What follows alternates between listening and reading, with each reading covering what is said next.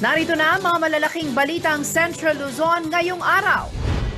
Pamilya ng lalaking pinugutan ng ulo sa Tarlac City nananawagan ng hustisya at suporta. 200 OFW na lumapag sa CRK, ikinatuwa ang lifting ng mandatory quarantine para sa fully vaccinated travelers. Pagpapatupad ng limited face-to-face classes ng maraming paaralan, inaasahan ng palasyo. At sapat na bentilasyon at bakuna, mabisang panlaban sa COVID-19 ayon sa DOH.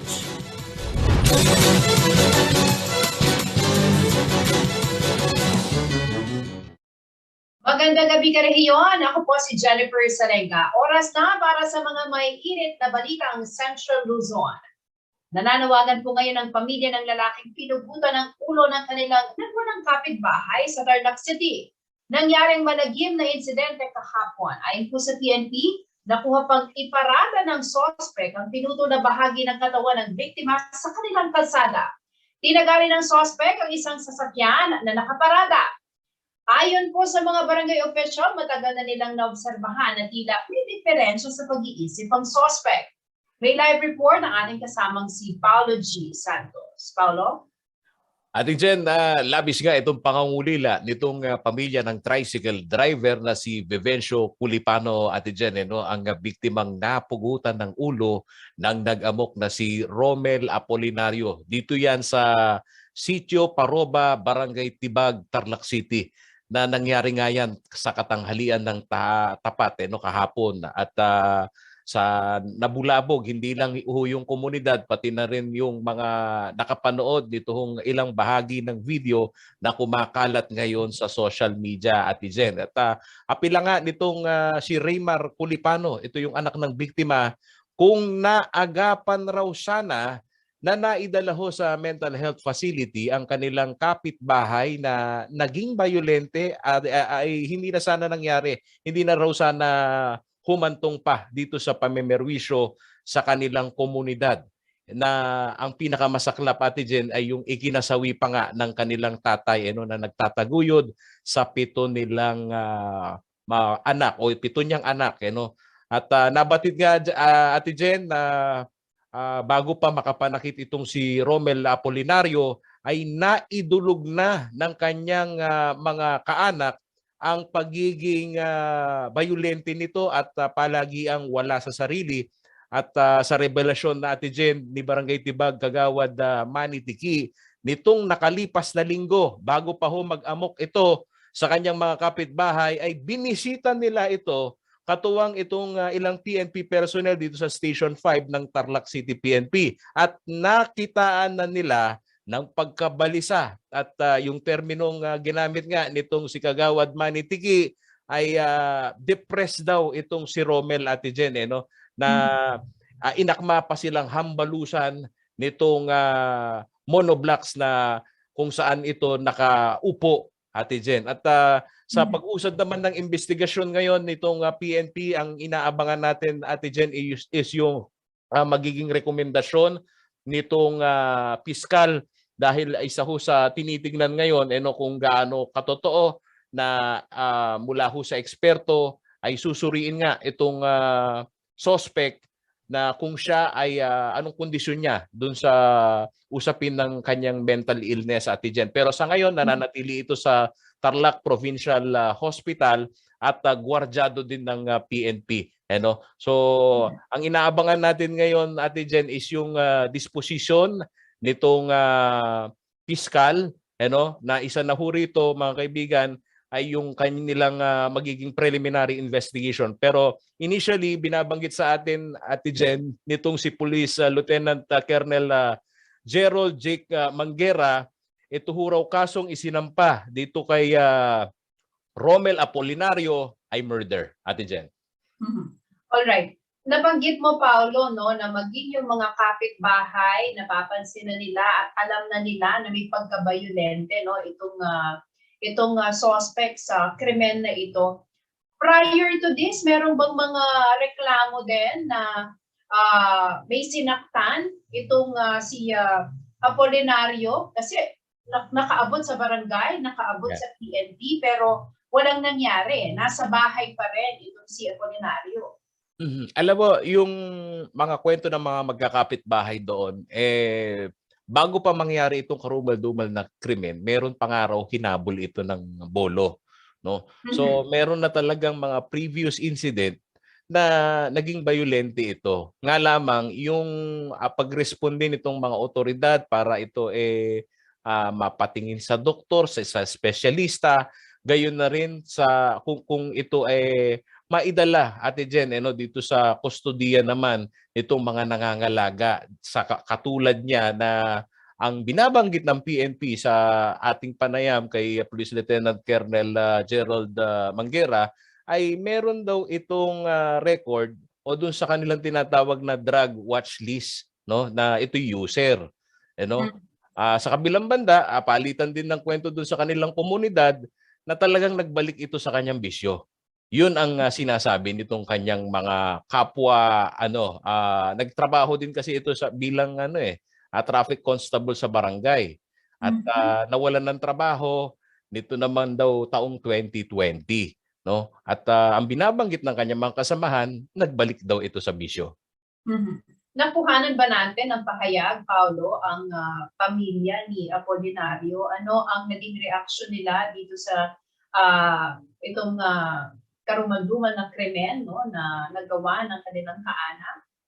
Tanging alam mo, Ate Jen, nauunawaan din natin yung pamilya nitong suspect dahil abot-abot din yung kanilang pakikiramay, pero sa pagtungo ho namin doon sa mismong kanilang komunidad, limitado muna yung ibinibigay nilang mga statement at yung mga nandun laang yung mga anak, Ate Jen, dahil sa kasalukuyan bantay sarado din nila itong suspect na may sugat din, Ate Jen, kasi binaril ito ng PNP sa kanang binti para ito mapigilan dahil pagkatapos niyang iparada yung pugot na ulo nitong biktima sa gitna ng kalsada, public road yun, Ate Jen, ay saka naman nung makita niya yung mga PNP na rumispinde, hinabol pa raw ng bolo.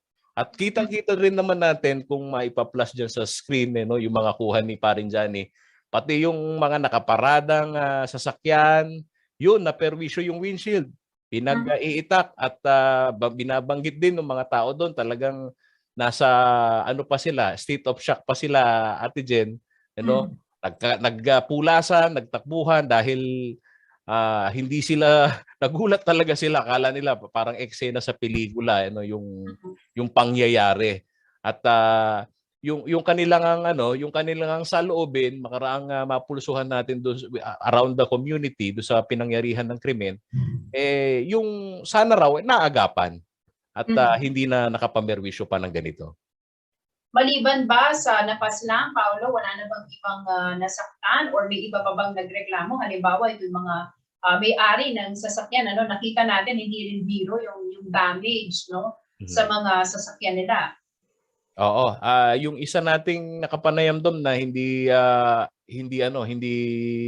iba doon sa may-ari ng sasakyan, ano pa daw habol niya kung sakaling ang idinideklara ng mga otoridad ay may problema nga ito sa pag-iisip, Pero wag naman daw sanang mangyari pa ulit at sana raw maagapan na kapag may mga ganitong klase ng insidente na namomonitor na ng mga otoridad, partikular na ang barangay, sana maialis na daw sa komunidad yung mga may kaso ho ng may mga pinagdadaanan, depression man yan o may problema sa pag-iisip.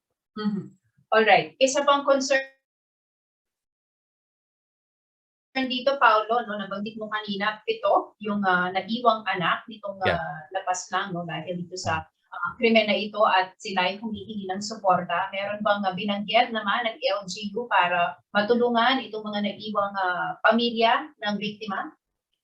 So far, ang nakapanayam pa lang natin is yung hanay ng barangay level. Ang binabanggit nila ay ang maibibigay lang muna ay yung serbisyo dun sa lamay, at serbisyo doon sa punerarya, pero wala pa rin katiyakan, Ate Jen, kung anong maging susunod na hakbang nitong LGU para maayudahan naman yung pagpapalibing, at yung magiging kalagayan na maiiwan ho na maliliit na bata Jen, isipin mo, lahat sila talaga hindi sukat akalain na sa paglabas laang sana para pumasada, ganito ho yung mangyayari dito ho sa kanilang ama ng tahanan.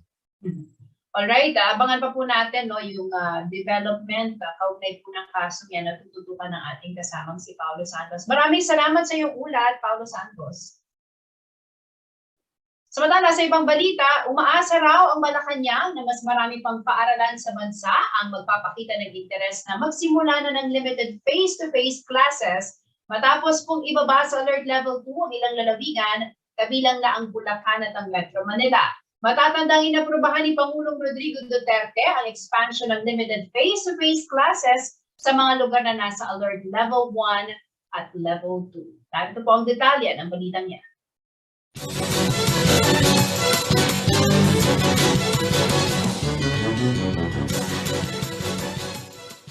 Kasabay ng pagsasailalim sa Alert Level 2 ng Metro Manila at iba pang probinsya sa bansa, kabilang na ang Bulacan, umaasa raw ang Malacanang na maraming paaralan pa magpapatupad ng limited face-to-face classes. Nasa Alert Level 2 na rin ang Batanes, Cavite, Rizal, Biliran, Southern Leyte at Basilan hanggang February 15. Ang Alert Level 2 ang ikalawang pinakamaluwag na status sa 5-tier alert level system sa bansa. Ayon kay Cabinet Secretary Carlo Nograles, umaasa silang mas maraming bilang pa ng paaralan ang magpapatupad ng face-to-face pero dapat i-assess muna ito ng Department of Education o DepEd pati ng Department of Health. Dagdag pa ni Nograles, maaari na raw simula ng mga pribadong paaralan sa mga lugar na nasa Alert Level 2 ang paggawa ng representations kasama ang DepEd para mabigyan sila ng pahintulot na magbukas muli ng silid-aralan para sa mga estudyante. Matatanda ang inaprubahan ni Pangulong Rodrigo Duterte ang expansion ng limited face-to-face class sa lugar na nasa Alert Level 1 at 2. Ang pilot run ng in-person classes ay sinimula noong November 15, 2021 at natapos noong December 22, 2021. 287 na paaralan at nasa 15,000 estudyante ang nakibahagi sa face-to-face classes, kabilang ang ilang paaralan sa gitnang Luzon. Kasama si Jennifer Salenga, JM De Jesus, CLTV News.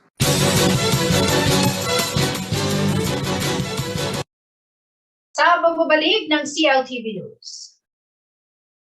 200 OFW na lumapag sa CRK, iginagawa ang lifting ng mandatory quarantine para sa fully vaccinated travelers. Sapat na ventilasyon at bakuna, mabisang panlaban sa COVID-19 ayon sa DOH. Manatiling nakatutok para sa iba pang mga namumunang balita ngayong araw.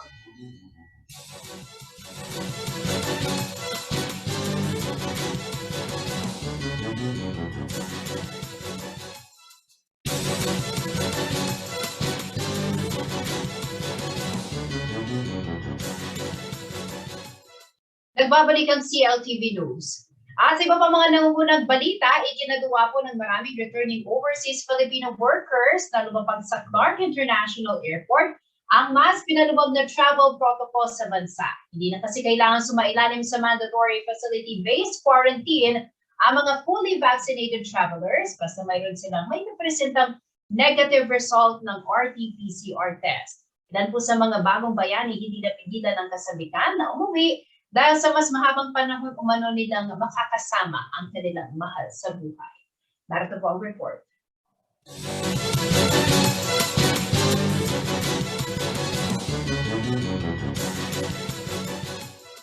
Hapon na nang dumating ang unang batch ng mga overseas Filipino workers sa arrival area ng Clark International Airport o CRK. Dito na subaybayan ng CLTV ang tila pre-pandemic scenario na pinahihintulutan ng makapwesto muli sa arrival area ang mga kaanak na nagsusundo sa mga umuuwi. Gaya ni Victoria Corpus na sumalubong sa pamangkin na galing raw ng London. Malaking tulong din sa atin at less sa mga OFW. Kumbaga walang ganong expenses. Kahit diretso uwi. Pati sa pamilya makakapiling ng matagal. Kwento ni Corpus, umaga pa lang ay nasa airport na sila. Laking pasasalamat din daw nila na dito sa Clark ang lapag ng kanilang pamangkin at hindi na kailangan pang bumiyahe pa sa Metro Manila. Pangasinan pa ho kami uwi. Alaminos pa po. Anong oras pa ho kayo nandito? 11. Okay. Lobat na nga ako kaya nag-iikot na lang ho yung kasamahan namin Si Rogelio Corbito naman, inaabangan ng kanyang kapatid na umuwi ng walang oras upang makadalo sa lamay ng kanilang sumakabilang buhay na ina. Yung uwi niya biglaan kasi yung mother ko namatay. So, tiyempo na wala na yung quarantine, naaabot siya doon sa lamay, sa burol ng nanay ko. Kasi last day ng nanay ko is Friday, ngayong Friday na darating. So, nawala yung quarantine na requirements para sa mga OFW. Pa 5 days. Makakaabot siya. Kung magpa 5 days siya pa ng quarantine, hindi niya naaabutin. Kaya So, ilimitado rin kamo yung araw na pamamalagi niya dito. 2 weeks lang siya pag-uwi niya kasi biglaan lang talaga dahil lang yung pagkamatay ng mother. So, Para naman kay Cynthia Endaya, nabuhat naman sa Dubai, masyado na raw nahuli ang gobyerno sa ipinairal na bagong travel protocol. Matagal na umano ito ang sistema sa kanyang bansang pinanggalingan. Mas dali lang po doon kasi basta po vaccinated, nag-automated naman po sa system. Ipiprint nyo lang, tapos PCR test, tapos yung One Health Pass lang po. Siguro mas reasonable kasi minsan wala naman pong point na kasi hindi naman automatically magde-develop ka ng symptoms. So you have to have like around 7 days, 5 to 7 days at least para magkaroon ka ng symptoms. So wala pong point na i-quarantine kung ka-swab lang. So I think tama po. Nakaantabay pa rin ang OWA sa mga dumarating naman na seafarers na partially vaccinated at yung mga hindi pa bakunado, gaya ni Mang Francisco Arevalo na mula sa UAE. bakit hindi pa ho kayo bakunado? Kasi maaga pa kami umalis, April 2021. So hindi pa nasasakop yung mga sea base sa mga time para vaccine Mga pa lang yung mga frontliner pa lang. Libreng maipagkakaloob ng OWA ang pananatili ng 5 hanggang 7 araw na hotel-based isolation facilities ng hindi bakunadong OFW matapos maiswab para sa RT-PCR test. Sa ilalim ng IATF Resolution 159, ang mga minor de edad na kumpanyon ng mga returning Filipino o OFW na fully vaccinated ay hindi na rin mag-isolate. 12 years old pababa na hindi pa nababakunahan ay susundin kung ano yung arrival protocol ng adult companion nila. Nung ibig sabihin nun. So kung ang adult companion ay fully vaccinated at nakapag-present ng corresponding vaccination certificate, kasama na rin doon yung kanilang 12 years old and below na companion. Sa February 10, bukas na rin para sa mga fully vaccinated na foreign tourists ang bansa. Ayon kay Terry Flores ng Luzon International Premier Airport Development o LIPAD na siyang nangangasiwa sa CRK. Kailangan lamang ma-secure ng mga ito ang mga travel documents sa ilalim ng bagong guidelines. Kailangan nilang mag-present ng passport na valid for 6 months, at least 6 months before expiration. Kailangan nilang mag-present ng return ticket, either dun sa pabalik, dun sa kanilang pinanggalingan na bansa, or yung onward destination na tinatawag, o kung saan sila pupunta pagkatapos nilang manggaling sa Pilipinas. So that's malinaw po yun. Kailangan may proof na lalabas sila ulit pagkatapos nilang mamasyal dito sa Pilipinas. Ang dagdag dito, yun na nga, yung RT-PCR test result na negative, taken 48 hours before their departure. Paolo G. Santos, CLTV News.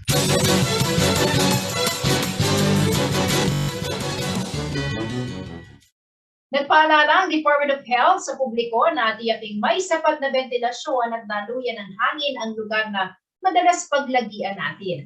Ang proper airflow daw kasi ay mabisang paraan para makaiwas sa transmission ng COVID-19. Narito po ang report.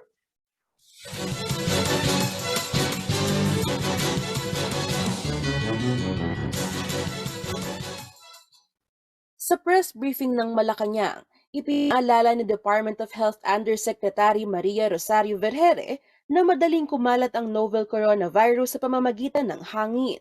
Kaya naman mahalaga raw ang pagsunod sa minimum public health standards at ang mask, hugas, iwas, airflow guidelines upang maiwasan ang pagkahawa. Binigyang diin din ni Vergere na ang proper ventilation sa mga bahay, lugar ng trabaho at iba pang establishmento ay highly recommended para sa magandang sirkulasyon ng hangin na makatutulong na upang maiwasan ang pagkalat ng virus. Ito raw ay pwedeng magawa sa pamamagitan ng pagbubukas ng mga bintana at pintuan para pumasok ang sariwang hangin o kaya naman ay itutok ang electric fan sa bintana para sa good air circulation. Nagpaalala rin si Vergere sa publiko na kung kayo man daw ay makikipagkita sa mga kaibigan, kasamahan sa trabaho o kamag-anak, dapat gawin ito sa mga well-ventilated na lugar. Mainam pa rin daw na sumunod sa physical distancing at magsuot ng face mask sa lahat ng pagkakataon. Limitahan din daw ang interaction sa isang oras upang maiwasan ang transmissions at infections. Muli ring iginiit ng DOH ang importansya ng bakuna kontra COVID-19. Hinihikayat ng DOH ang lahat na magpabakuna para magkaroon ng proteksyon laban sa virus. Naghahanda na rin daw ang kagawaran para sa pag-roll out ng pediatric vaccination para sa mga batang 5 to 11 years old ngayong buwan ng Pebrero. Ayon kay Vergere, susceptible din daw ang mga bata sa virus at nananatiling mataas ang kaso sa buong bansa dahil sa Omicron variant. Kaya naman mahalaga rin na may access sa mga bata para sa ligtas at epektibong bakuna. Angelica Cara, CLTV News.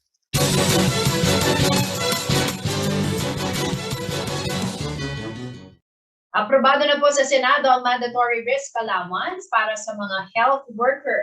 Maliban sa allowance, nakasaad din dito ang pagbibigay ng 1 milyong piso sa pamilya ng masasawing health workers dahil sa COVID-19. Ang detalye ukol dito at iba pang mga panukalang batas sa ulat ni Jenna Lumbang Parungaw.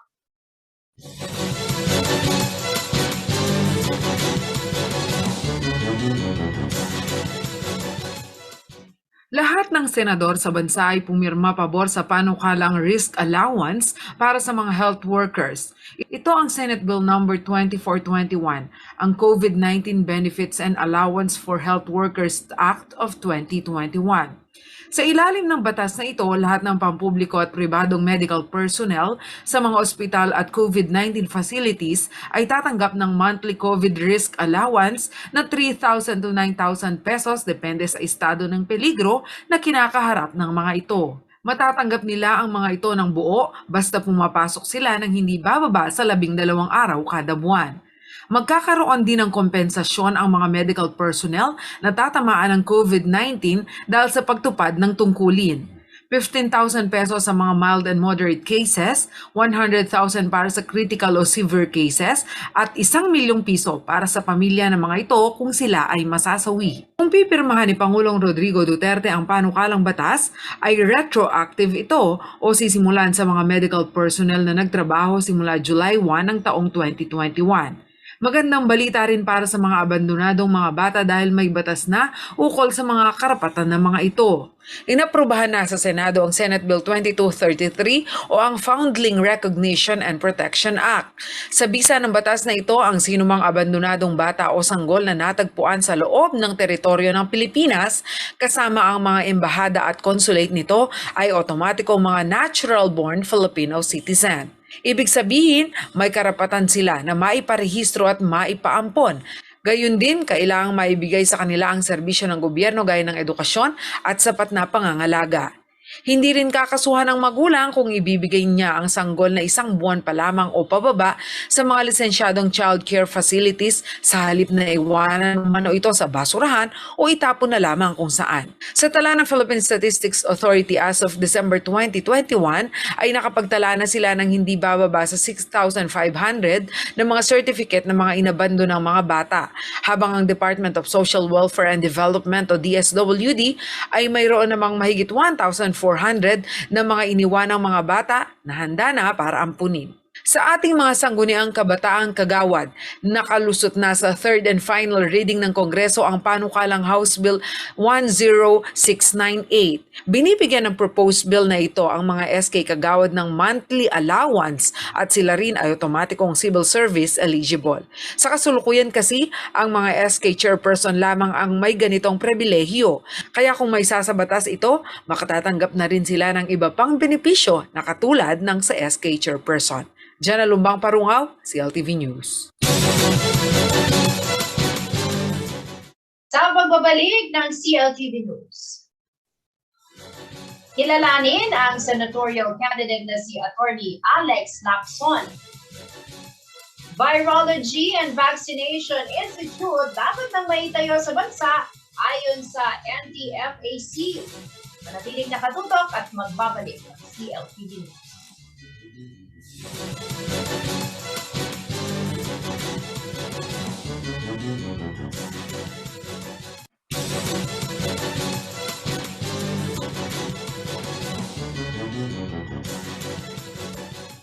Nagbabalik ang CLTV News.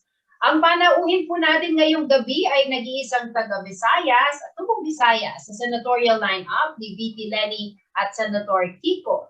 Isang abogado, produkto ng UP College of Law, nakapag-aral din po siya sa Harvard Law School, naging abogado ng United Nations Development Program in the Philippines. Siya ay builder of hope o panday ng pag-asa. Halos 20 taon na nakalipas, nag-decision po siya na maging builder po para sa bansa sa kanyang mga librong sinulat at mga talumpating binibigay. Siya ay servant leader, awardee po ng Most Outstanding Lay Leader ng Diocese of Cabancalan City at awardee ng Good Citizen, Good Filipino Award ng People Power Commission noong 2009. Karehiyon, sama-sama po natin kilalanin ang kandidatong si Attorney Alex Lacson, tumatakbong senador para sa May 2022 elections. Attorney, magandang gabi po sa inyo. Welcome po sa CLTV News.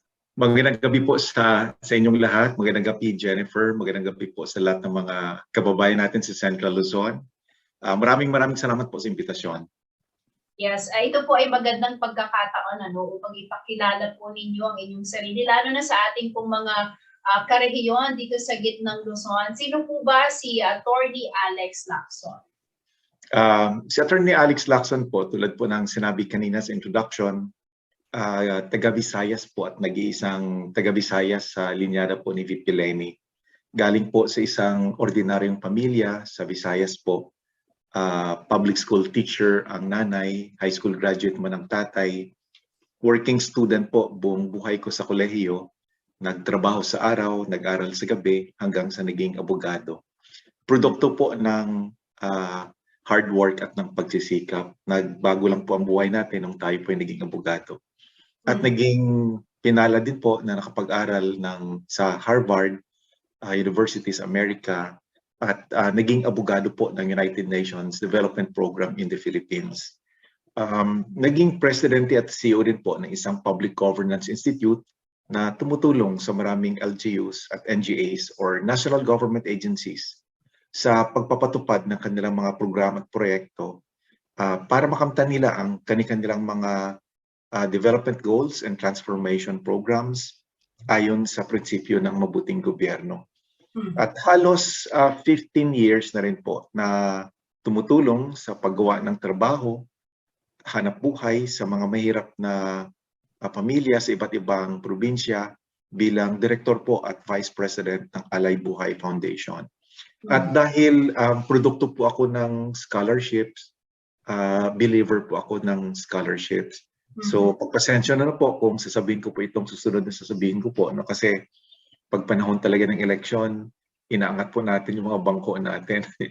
So ito po, for the past 20 years, nagpaaral din po ng maraming kabataan bilang scholar gamit ang sariling pera. At tumulong pa po sa maraming mga mahirap na kabataan bilang scholar, bilang director po ng World Vision Philippines. Pero mas nakilala po ako bilang manunulat ng mga libro. Yes. Mga librong, mga librong nag-aalay ng solusyon sa iba't ibang problema sa ating lipunan. So yun po, hindi po ako politiko. Ang totoo po niyan is there is a part of me that hate politics, but there is also a part of me that wants to help in changing the politics in our country and in reforming our political system. Opo, yun nga po. Opo, Attorney, danda ko po ako sa susunod kong tanong, kasi base po sa mga sinabi po ninyo, nakakatulong naman po kayo sa komunidad already for the longest time. Pero Ano po ang nagtulak sa inyo na tumakbo at pasukin ang politika? Although this is not the first time na sinubukan po ninyong humabol, ano? I think 2001, no? Sinubukan nyo rin pong humabol, and 2010, ano? And after that, ito nga po, ilang taon ang lumipas, kayo po ay sumusubok muli, no? This time as a senatorial candidate. Bakit po? Noong 2001 po, batang-bata po ako noon, but I was a columnist po in a newspaper in Manila, and I was hitting hard at the time po against corruption. So naimbitahan po ako noon ng People Power Commission to run for Congress after po na natanggal po si President Erap sa Malacanang at nailuklok po bilang presidente si Presidente Gloria Macapagal Arroyo po, na dahil isa po ako sa mga tumulong doon sa in my own way po, no. So naimbitahan po ako ng People Power Commission na tumakbo for Congress po noon. Batang-bata po ako noon. Almost nanalo po tayo pero talo pa rin. But after that po, tumalikod talaga ako sa politika. Sabi ko, it's not for me, it's not for me. So binuhos ko po yung sarili ko at pagtulong ko po bilang manunulat ng mga libro. At sumikat po yung unang libro ko, at dahil po doon sa first book na sinulat ko po, naimbitahan po ako ng dating Pangulong Noynoy Aquino na tumakbo po for senator noong 2010. Again po, sinamahan ko siya, talo po tayo. After nun po, tumalikod ulit po ako sa politika. Sabi ko, hindi talaga to para sa akin, hindi talaga to para sa akin. So inimbitahan po ako ni inoferan po ako ni President Noynoy Aquino na sumali po sa administrasyon niya 4 na beses po, pero tinanggihan po natin at mas pinili ko po na manatili sa private sector. At pinagpatuloy ko po yung pagsulat ng marami pang libro. Last year po, itong pinakahuling libro na sinulat ko, ito po yung modern version ng libro ni Jose Rizal, yung Noli Me Tangere. So dito po sa librong ito, kinento ko po yung cancer ng ating lipunan at kung ano ba yung mga ugat-ugat at sanhi po ng kanser ng ating lipunan. At nag-alay po ako ng mga radical na reforma po doon kung paano po solusyonan itong kanser ng ating lipunan. Pasensya na po kayo, pero sumikat po ulit yung librong yon last year. At maraming prominenteng pamilya, prominenteng personalities po sa ating bansa na hinikayat ulit ako na subukan ulit na tumakbo. So last year po, nung pinag-iisipan ko ito, sabi ko, ipagpapatuloy ko ba yung pagsusulat ng libro? 20 years ko na po itong ginagawa. Ipagpatuloy ko ba yung ginagawa ko halimbawa sa pagsulong sa mabuting gobyerno, good governance po, no? Almost 20 years ko na rin po itong ginagawa sa pribadong sektor. Or sasabak ba ako sa politika, sa marumi at magulong politika? At pagkatapos po ng malalim na pag-iisip, pagdinilay at pagdarasal, sumabak po tayo. Sabi ko kasi tumatanda na rin po ako pero hindi ko pa rin nakikita yung tunay na pagbabago na gusto ko makita sa ating bansa. So sumabak po ako sa politika dahil gusto ko pong isulong yung mga radical na reforma po na sinulat ko sa libro. Naging klaro po kasi sa akin kung ano yung radical na reforma na kailangan po ng ating bansa.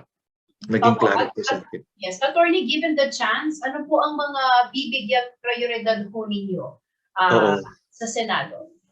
Gusto ko pong tumulong sa paghanap po ng solusyon doon sa mga pangangailangan at mga problema po ng mga ordinaryong pamilya tulad po ng pamilyang pinagalingan ko po sa Visayas, ano po, yung pangangailangan po ng mga ordinaryong pamilya po.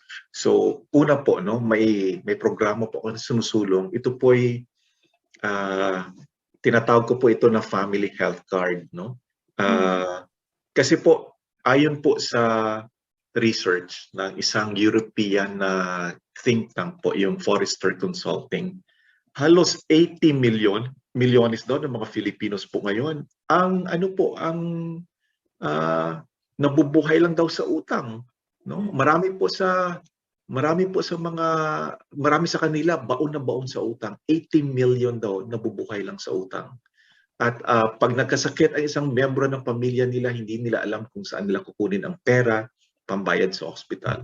So ito po, kasi pag na-hospitalize po yung isang isang tao, isang miyembro ng pamilya, ang binabayaran po ng PhilHealth hindi po sapat.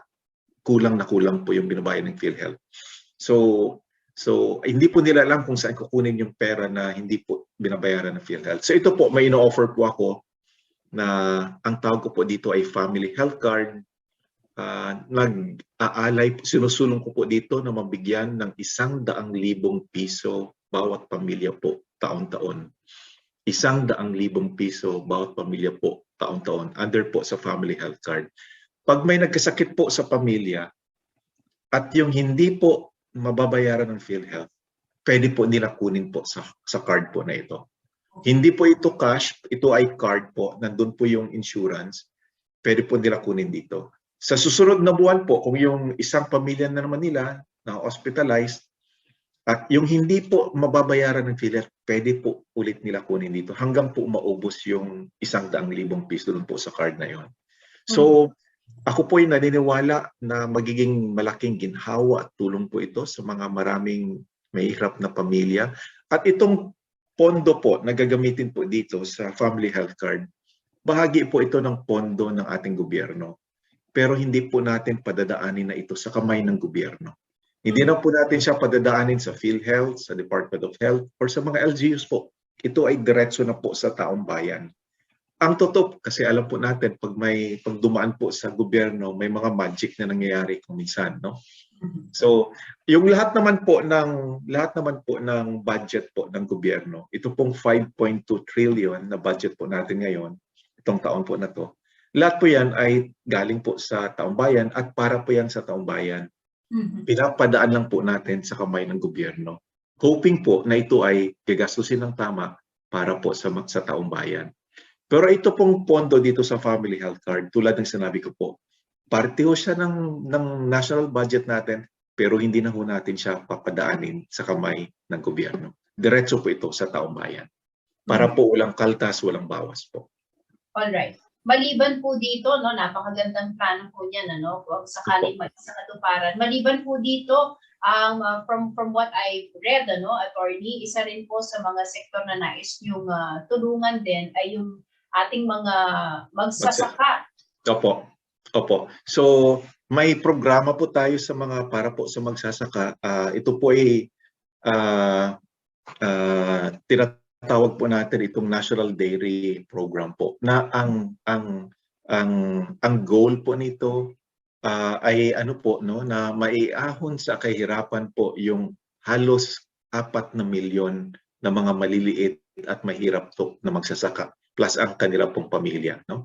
So kasi po yung meron po tayo ng mga almost 4 million po na small farmers, maliliit po na magsasaka. Na on the average po ang monthly income po nito mga 4,200 lang buwan-buwan. No, dahil po maliit silang magsasaka. Kaya po mahirap, no? So paano po makakatulong itong National Dairy Program? Itong dairy industry kasi po natin, ito po yung gatas, keso at mga inumin po na may halong gatas, no? So dairy products po lahat yan. Pero 97% po ng dairy products in the Philippines nasa kamay po ng dayuhan, imported po, no? So in fact po, Nestle po yan, no? Hawak po ng Nestle ang kalakihan po, no? So at Pilipinas po is the biggest market of Nestle in the world kasi po hindi develop ang dairy industry po natin, no? At itong dairy industry po natin sobrang laki po ito. Di hamak na mas malaki po ito sa sugar industry. Ang sugar industry po natin is only 70 billion po taon-taon. Ito pong dairy industry is 120 billion po ito taon-taon po. Ganun po kalaki ang dairy industry. Pero 97% of that po nasa kamay ng dayuhan. So paano po ito makakatulong itong dairy industry po, no? Di ba ho ba may 4 million tayong small farmers in the country? Bigyan mo lang po ng 3 baka na ginagatasan o 3 kalabaw po na ginagatasan bawat isa po. Ang monthly income po nila, tataas po yan from 4,000 every month po, magiging 8,000 yan to 12,000, even 15,000 po. Dahil binigyan mo sila ng 3 baka o 3 kalabaw po na ginagatasan. Marami na po tayong success story po niyan sa Pilipinas.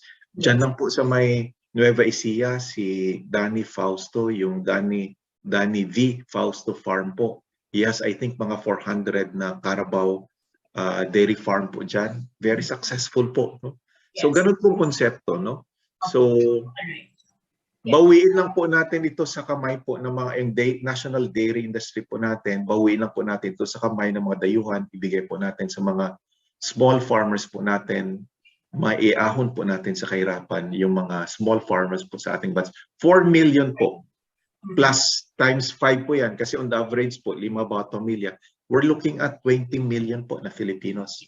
Okay, this is just few of your platforms po. I'm sorry, pero limitado po ang oras po natin. Mabilis na mensahe po ninyo, attorney, sa mga tagapanood po natin, lalo na sa mga karehiyon po natin sa gitna. Oo. Maraming salamat, Jennifer, at maraming salamat po sa programa po ninyo sa akin, sa pag-imbita po sa akin. Alam niyo po, kung gusto niyo po ng tunay na pagbabago, kailangan po nating bumoto ng mga bago, na may bagong idea at may bagong puso po para po totooin na may bagong pag-asa. Kasi po kung pare-pareho pa rin iboboto ninyo, maniwala po kayo sa akin, wala pong pagbabago na mangyayari sa ating lipunan.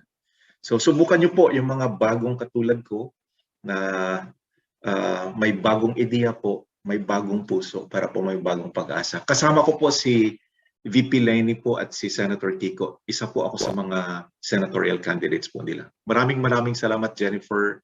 Maraming salamat po sa inyong lahat. Maraming salamat po sa inyo, attorney, at good luck po sa inyong kandidatura. Malapit na po kayong maging kabala dahil malapit na rin ang pagsisimula ng inyong campaign period. Anyway, mga karehiyon, attorney Alex Lacson, tumatakbong senador para po sa May 2022 elections. Maraming salamat. You're welcome, sir. Dumako po tayo sa ibang balita. Ang kawalan ng isang Virology and Vaccination Institute ang isa po sa mga nakikitang dahilan ng National Task Force Against COVID-19 kung bakit nahuli ang bansa sa COVID-19 response. Ito sana umano ay mabigyang katuparan sa lalong madaling panahon. Ito po ang detalye.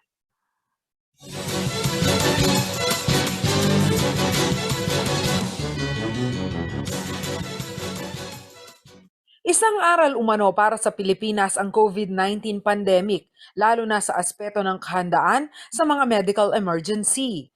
Ang tinutukoy dito ng National Task Force Against COVID-19 o NTFAC ay ang kawalan ng Virology and Vaccination Institute sa bansa na malaking tulong sana sa COVID-19 response.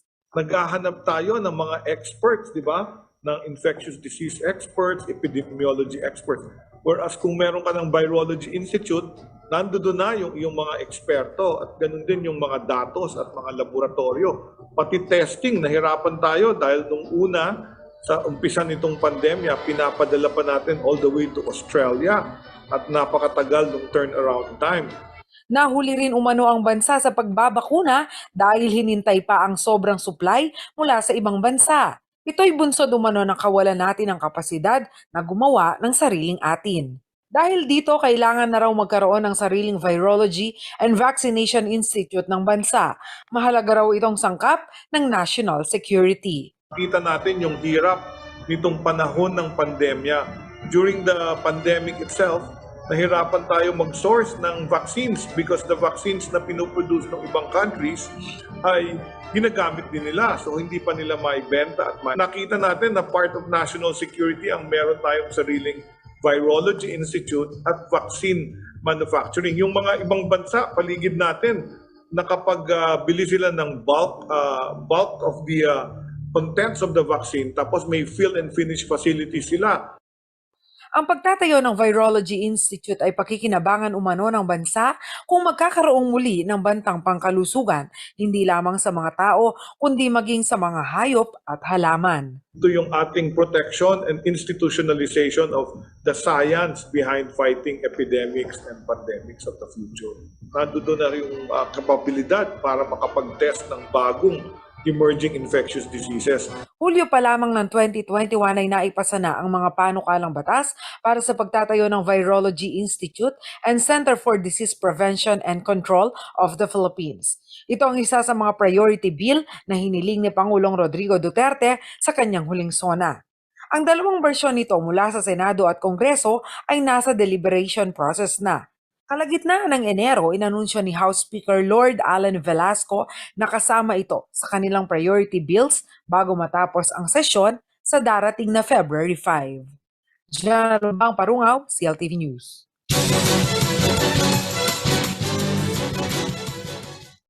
Sa pagbabalik ng CLTV News. Ginatawan ng dalawang bagong distrito ng Bulacan, unang beses mayahalal ngayong eleksyon 2022. Sacrifice Valley sa Bataan, planong gawing tourism hub. At 100,000 MSME sa Central Luzon tumanggap ng negosyo pact mula sa DTI. Manatiling nakatubak at magbabalik ng CLTV News.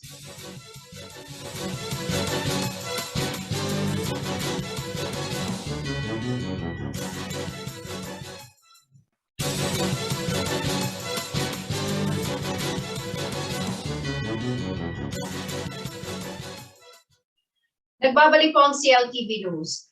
Sa kauna-unahang pagkakataon, maghahala ng ginagawa ng mga residente sa dalawang bagong distrito ng Bulacan ngayong eleksyon. Sa Bataan naman, planong gawing tourism hub ang tinatawag na Sacrifice Valley. Samantala, 100,000 maliliit na negosyante tumanggap ng negosyo pact mula sa DTI. Ang detalye ng mga balitang yan ihahatid sa atin ni Angelica Cara sa CL News Express.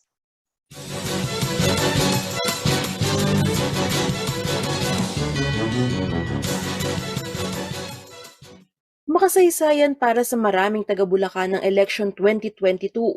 Bukod kasi sa ito ang unang eleksyon sa panahon ng pandemya, ito rin ang unang pagkakataon na maghahalal ng kinatawan ang mga residente sa dalawang bagong distrito ng lalawigan. Ang lalawigan na dating may 5 distrito at kinatawan, ngayon magiging 7 na. Matatandaan na nitong May 26, 2021 ay pinirmahan ni Pangulong Rodrigo Duterte ang Republic Act No. 11546 para sa pagbuo ng ika-5 at ika-6 na distrito ng Bulacan. Habang hindi naman ginalaw ang lone district nito, ang City of San Jose del Monte na siyang pampito sa bilang ng mga distrito. Ang nabuong ika-5 distrito ay kinabibilangan ng Giginto, Balagtas, Pandi at Bukawi, habang nasa ika-6 na distrito na ang Angat, Norzagaray at Santa Maria. Sa lalawigan naman ng Bataan, planong gawing tourism hub ang Sacrifice Valley na matatagpuan sa bayan ng Hermosa. Isa umano ang valley na ito sa sumisikat na destinasyon sa Bataan dahil hinahalin tulad ito sa Holy Mountain sa Biblia. Dinadayo rito ang Nature's Basilica at Station of the Cross. Itinuturing rin na pilgrimage destination ang Sacrifice Valley lalo na tuwing mahal na araw. Nagkaroon na umano ng consultation meeting sa pagitan ng LGU at sa barangay na sumasakop sa valley. Nire-respeto naman umano ng Diocese of Balanga ang desisyon ng LGU dahil nasa ilalim ito ng kanilang mandato. Samantala, patuloy ang pamamahagi ng tulong ng Department of Trade and Industry Central Luzon sa mga maliliit na negosyanteng naapektuhan ng pandemya. Ito ay sa ilalim ng Livelihood Seeding Program, negosyo serbisyo sa barangay. Mahigit 7,000 mga benepisyaryo na ang tumanggap umano ng 5,000 to 8,000 pesos na halaga ng business starter kit at kagamitan. Sa bilang ng mga ito, 8,000 ang mula sa Aurora, mahigit 200 sa Pampanga, Bulacan, Zambales, Tarlac, Bataan at Nueva Ecija. Angelica Cara, CLTV News.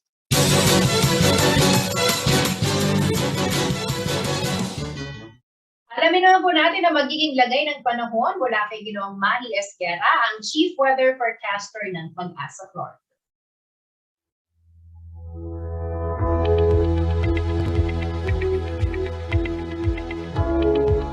Narito po magiging panahon sa susunod na 24 oras. Trough of low pressure area ang nakakaapekto po ngayon dito sa may southeastern section ng Mindanao. At shear line naman po o tail end ng cold front ang nakakaapekto sa silangang bahagi naman ng southern Luzon. Kaya po ang Bicol region ni Maropa, ang Aklan, Northern Samar, Eastern Samar at Samar ay maulap po ang papawiri na may inaasahan po mga kalat-kalat ng mga pag-ulan, pagkidlat at pagkulog dulot po ng shear line. Ang Davao region po, Surigao del Sur, Sarangani, Basilan, Sulu at Tawi-Tawi ay maulap din po ang papawiri na may kalat-kalat din pag-ulan. Dulot po ito ng trough ng low pressure area na nasa labas pa po ng PIR. Samantala po ang Metro Manila po at nalalabing bahagi ng Luzon ay bahagya lamang po magkakaroon ng kaulapan. May inaasahan din po tayo mga isolated rain showers. Ito po ay dulot ng hanging amihan o northeast monsoon. Ang natitirang bahagi po ng Visayas at Mindanao ay bahagya rin po magkakaroon ng kaulapan. May inaasahan din po mga isolated rain showers. Dulot naman po ito ng localized thunderstorm. So sa ngayon po, ito lamang po yung mga weather system na binabantayan natin at pinag-iingat pa rin po natin ang lahat.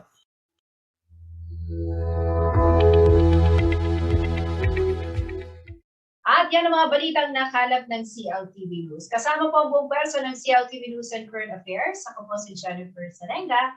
Maraming salamat po.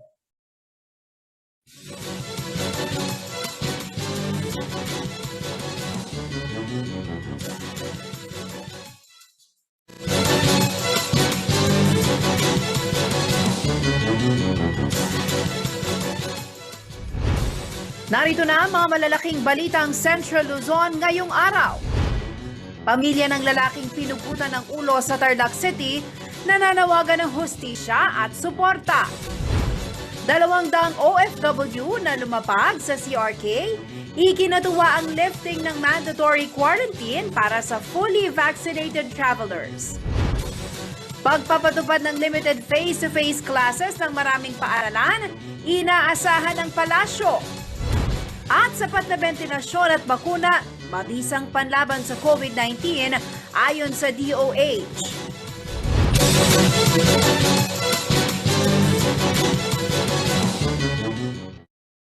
Magandang gabi ka rehiyon. Ako po si Jennifer Sarenga. Oras na para sa mga may init na balitang Central Luzon. Nananawagan po ngayon ang pamilya ng lalaking pinugutan ng ulo ng kanilang nagwalang kapitbahay sa Tarlac City. Nangyaring malagim na insidente kahapon. Ayon po sa PNP, nakuha pang iparada ng sospek ang pinuto na bahagi ng katawan ng biktima sa kanilang kalsada. Tinagali ng sospek ang isang sasakyan na nakaparada.